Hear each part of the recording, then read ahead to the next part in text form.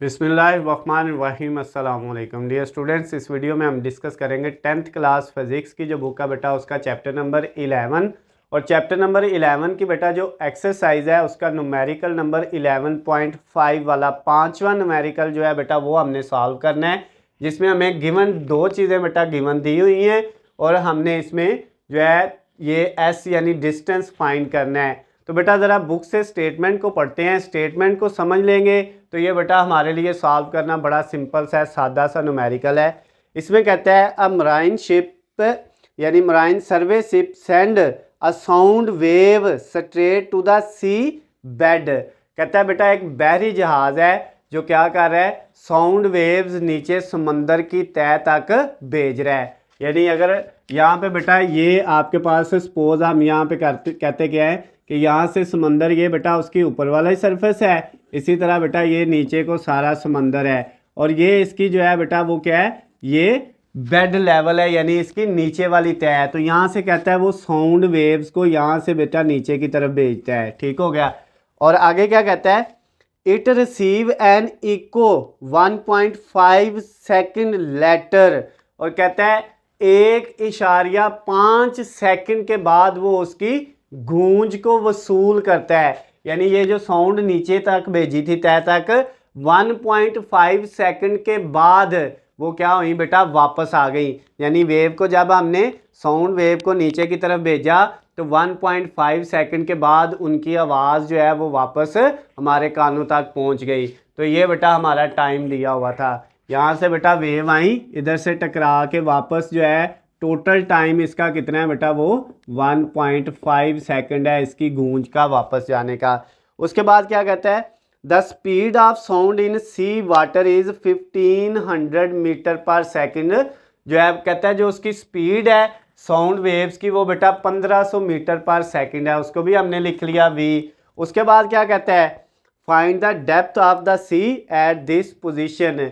उस जगह पे समंदर की गहराई आपने मालूम करनी है, नीचे कितना फासला है गहराई तक वो आपने बेटा एस मालूम करना है।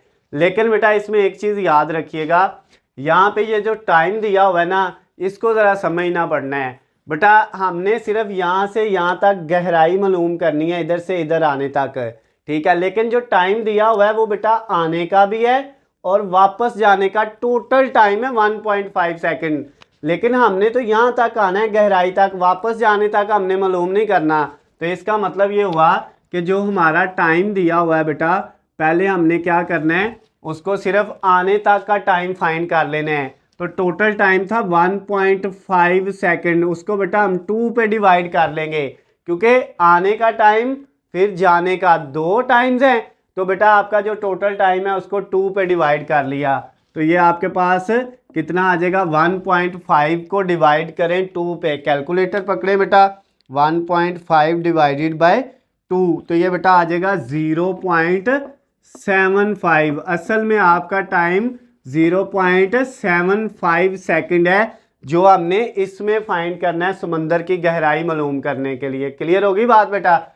अब हम वो एस जो है समंदर की गहराई का जो फासला है वो मालूम करेंगे और वो बेटा उसका फार्मूला होता है S is equal to V multiply T, V T, S is equal to V T.